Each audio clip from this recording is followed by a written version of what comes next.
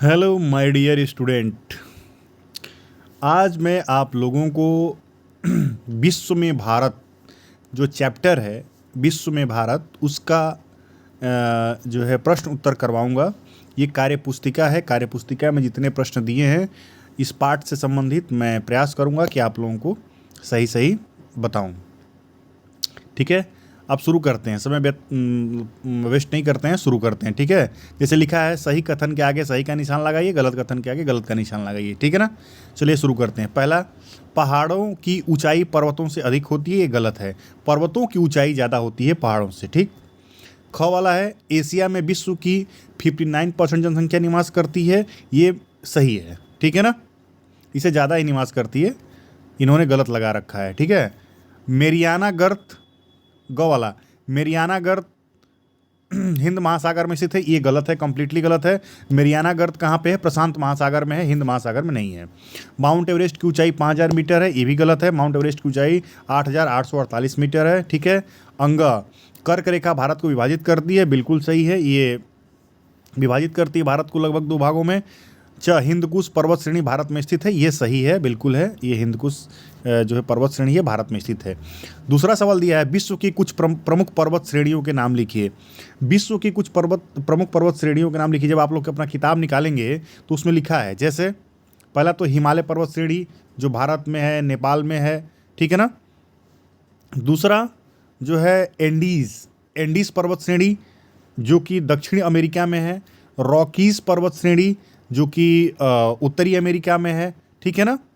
Ural mountain ये Europe में है। ठीक है ना। एटलस माउंटेन ये जो है अफ्रीका में है। तो इस तरह की कुछ पर्वत श्रेणियां हैं।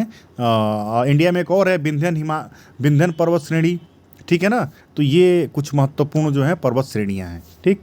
तीसरा दिया गया चित्र किसका है? आप देख रहे हो कि एक बड़ा सा पत्थर है, उसके ऊपर भी एक पत्थर का खंड रखा हुआ है, तो इसका मतलब ये पहाड़ है। ठीक है ना।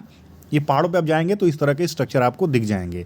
चौथा है पठार का ऊपरी भाग कैसा होता है? हमने बताया था कि पठार होता क्या है, तो जो मैदानी भाग होता है तो मैदानी भाग से थोड़ा सा ऊपर उठा हुआ भाग होना चाहिए। मतलब जैसे समतल मैदान है, ठीक है, और समतल मैदान में ही कुछ भाग ऊपर की तरफ उठ गया है और उसका ऊपर वाला भाग बिल्कुल चपटा है और टेबल की तरह का होता है, इसलिए उसको हम क्या कहते हैं? पठार कहते हैं। ठीक है। नेक्स्ट दिया है पांचवा क्वेश्चन, दिए गए मानचित्र में भारत के पठारी क्षेत्रों को दर्शाएं एवं उन पठारी क्षेत्रों के नाम भी लिखिए। देखो ये जो है जो चित्र बना हुआ है, भारत का जो चित्र नक्शा बना हुआ है, इसमें आप देख रहे हैं, इसमें आप देखिए कि ये जो मानचित्र है भारत का, इस मानचित्र में 1 2 3 4 4 बॉक्स बने हैं। ठीक है ना। तो जो सबसे लास्ट वाला बॉक्स है जो पठारी भाग लिखा है, ठीक है, तो ये इसमें ये वाला इतना जो ब्राउन कलर का है ये सब क्या है? ये पठारी भाग है। ठीक है ना। तो पठारी भाग में क्या आएगा? पहले तो दक्कन का पठार आएगा, यहाँ से जो ये वाला दिख रहा है ये दक्कन का पठार है। ठीक। और उत्तर प्रदेश में सबसे इधर की तरफ ये है बुंदेलखंड का पठार। ठीक है। कर्नाटका में कर्नाटक का पठार। ठीक है। ये सब कुछ महत्वपूर्ण जो है ये पठार हैं। ठीक। ये आपको लिखना था, इसमें 3 लिख दिया। मतलब फिर से बता दे रहा हूँ, पहला ऊपर की तरफ जो होता है बुंदेलखंड का पठार, बीच में ये जो है दक्कन का पठार, फिर जो नीचे वाला है कर्नाटक का पठार, इस साइड में इधर की तरफ है ये आपका दंडकारण्य है, तो ये भी एक तरह का पठार है। इसको आप लोग थोड़ा सा अच्छे से देख लीजिएगा। नेक्स्ट छठा क्वेश्चन क्या दिया है?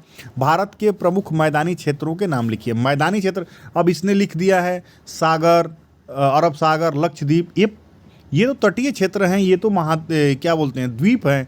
आपने इसमें लिख दिया है, ये थोड़ी ना होगा। मैदानी क्षेत्र में क्या होगा? गंगा यमुना का मैदानी क्षेत्र हो जाएगा, जो कि जिसमें पंजाब आएगा, उत्तर प्रदेश आएगा, बिहार आएगा।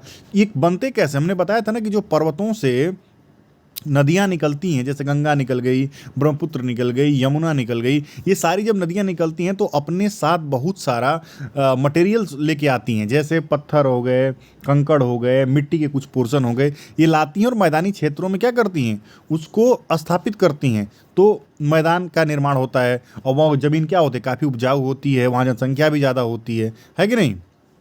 तो ये सब चीज़ें आपको लिखना है। ये कंप्लीटली इन्होंने गलत लिखा है, ये गलत है। ठीक है, मैदानी क्षेत्र में ये सागर लक्षद्वीप नहीं होगा। ठीक है, चलिए नेक्स्ट चलते हैं। अब है विश्व में भारत। ठीक, अब इसमें इसमें भी सही, इसमें बहुविकल्पी है। एक प्रश्न दिया, उसके 4 विकल्प दिए हैं, जो सही होगा उसको आपको क्या करना होगा, सही करना होगा। ठीक है ना। अब देखिए, अब हम शुरू करते हैं। ठीक, दिया है अंतरिक्ष से हमारी पृथ्वी कौन से रंग की दिखाई देगी, तो बिल्कुल 100 वाला सही होगा, नीला दिखाई देगी। ठीक है।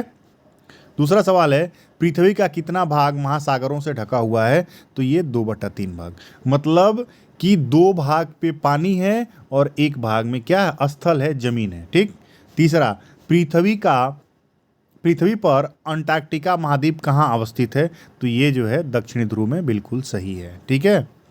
चौथा है निम्नलिखित में से सबसे गहरा सागर कौन सा है, तो ये प्रशांत महासागर, ये बिल्कुल सही है। ठीक है।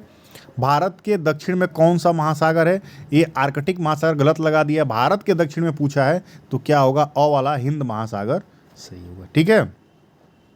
अब बात करते हैं दूसरे सवाल।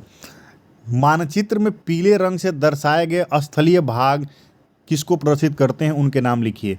तो देखो बच्चों, ये वाला हम लोग पहले पढ़े भी थे, हमने क्लास में बताया था आप लोगों को कि ये वाला ऊपर वाला जो है ये है उत्तरी अमेरिका। क्या है, उत्तरी अमेरिका। नीचे वाला क्या है, दक्षिणी अमेरिका। ठीक। ये वाला है अफ्रीका, है कि नहीं, ये है एशिया। इधर वाला जो ये वाला पोर्शन है ये यूरोप है, ये है ऑस्ट्रेलिया। ठीक है, और ये है अंटार्कटिका। तो 7 महाद्वीप हो गए कि नहीं हो गए। पहला हम फिर से बता दे रहे हैं, उत्तरी अमेरिका, दक्षिणी अमेरिका, ठीक, अफ्रीका, यूरोप, एशिया, ऑस्ट्रेलिया और अंटार्कटिका। ठीक है ना। आगे चलते हैं नेक्स्ट। अब फिर दिया है विश्व में भारत वाले में पहला सवाल दिया है, नीचे दिए गए बॉक्स में विश्व की कुछ प्रमुख नदियों के नाम लिखो। भाई विश्व की कुछ प्रमुख नदियां, तो विश्व की प्रमुख नदियों में भारत का भी तो आएगा, तो हम पहले लिख देंगे गंगा नदी। ठीक है ना, लिखेंगे गंगा नदी। ठीक, गंगा नदी लिखेंगे, गंगा नदी। उसके बाद नील नदी, ठीक है, नील नदी। उसके बाद मेकांग नदी, इंद्रावती नदी। तो ये सारी विश्व की कुछ महत्वपूर्ण नदियां हैं। ठीक है ना। हम लिख भी सकते हैं, यहाँ पे लिखने में थोड़ा सा वो होगा, जैसे हम लिख दें यहाँ पे, लिखने में थोड़ी दिक्कत हो रही है इसमें, तो हम बोल दे रहे हैं, आप लोग देख लीजिए। गंगा नदी, ठीक है, गंगा नदी, नील नदी, मेकांग नदी, ठीक है, अमेजन नदी। ठीक है, तो ये सब कुछ नदियाँ हैं, ये विश्व में जो महत्वपूर्ण नदियाँ हैं, ये इनको थोड़ा सा आप लोग देख लीजिएगा। ठीक है। अब देखिए दूसरा सवाल दिया है, निम्न प्रश्नों में सही विकल्प पर सही का निशान लगाइए। अब देखिए दिया, विश्व की सबसे लंबी नदी कौन है, विश्व की सबसे लंबी नदी क्या है, नील नदी है। क्या है, नील नदी। दूसरा सवाल है भारत की सबसे लंबी नदी क्या है, तो सीधी सी बात है गंगा नदी है। तीसरा सवाल है इनमें से कौन सी नदी भारत में नहीं है, तो भारत में यमुना भी है, ब्रह्मपुत्र भी है, सतलज भी है, नील नदी भारत में नहीं है, ये अफ्रीका में है। ठीक है।